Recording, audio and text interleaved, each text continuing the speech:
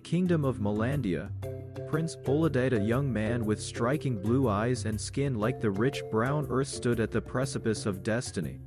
The elders of his kingdom doubted whether his heart was ready to carry the burdens of kingship. To rule, Poladite would have to endure the test of hearts, a series of grueling trials meant to expose not only his strength but the purity of his spirit. One elder stepped forward. "Prince Poladite, you will face trials to test your body, mind, and soul. Only by conquering fire, hunger, solitude, and storms will you prove worthy of your people." Poladite bowed. "I accept and will overcome whatever awaits me." The first trial laid him into the mountains, where flames leaped around him. The heat was suffocating, and his skin seared under the intensity. He gritted his teeth, staying calm even as the flames licked closer. The next trial saw him on a barren plateau, left to endure days without food. Under the sun's merciless glare, his body weakened, but he held fast, remembering his duty and the people waiting for him. For his third trial, Poladite spent 3 days alone in the Whispering Caverns. The darkness toyed with his mind, magnifying his doubts and fears. But with each moment of self-reflection, he found his resolve growing stronger, reaffirming his commitment. The final trial brought Poladite to a cliffside as a mighty storm roared around him. Wind and rain assaulted him, and lightning flashed close enough to singe his clothing. But he anchored himself, shouting into the tempest, defying nature's fury until the storm relented.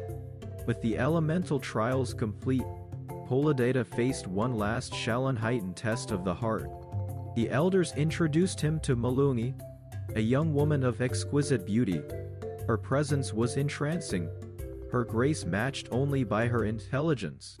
Poladite found himself captivated by her kindness and charm, and they worked side by side each day, visiting villages, serving his people. But as he watched her kindness toward others, he felt his heart tug toward her. He reminded himself daily of his mission. But each time Malungi laughed or smiled, he felt his resolve slipping. On the 7th night, Poladite dreamt of Malungi, envisioning her by his side on the throne. He dreamed of her laughter filling the palace, of them building a future together. Each morning, however, he woke, determined not to lose himself. On the final night, with his strength waning, Poladite's heart was tested one last time. The elders summoned the spirits of the gods, binding Poladite's heart to theirs. A new love surged within him, a love for his people that transcended personal desire. When the gods withdrew, Poladite felt lighter, his purpose renewed. "You have passed, Prince Poladite," the elders declared. "Your heart is pure." Though crowned king, Poladite couldn't forget Malungi. Her presence haunted him even as he sat on the throne. In the quiet hours, memories of her laughter tormented him, the echo of her smile lingering in his heart. One night, unable to bear it, he summoned the village elders. "I must see her again," he commanded. "Bring her to me." But the gods decreed that anyone attempting to bring Malungi to him would face blindness. Understanding the gravity of his love, Poladite asked the gods for guidance, offering any price to be reunited with her. Driven by longing, Poladite sought out a mysterious seer known as the Queen of Shadows. She was a wise old woman who resided in the darkest corner of the kingdom, rumored to have powers that connected life and death. He pleaded with her, sharing his heart's yearning for Malungi. "Your love is pure," she said, her gaze piercing. "But to reunite with her, you must offer a heavy price. You may marry her, but in doing so, you must forfeit an heir of your own bloodline." Poladite froze, stunned by the enormity of the price. "No heir? But what will become of my kingdom?" The seer's eyes softened. "Your kingdom will endure, but only by adopting a successor from among your people. This is the only way the gods will allow you to be with Malungi. She may be your queen, but you shall have no children of your own." After days of soul-searching, Poladeta accepted. "If this is the price, I will pay it." And so, the gods granted him his wish, and Maluni was brought to the palace. Their reunion was bittersweet. As they embraced, Maluni sensed the weight of the sacrifice had made.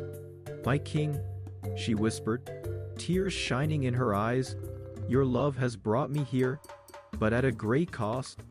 And you truly bear it?" Poladeta nodded. "For you, I would pay any price.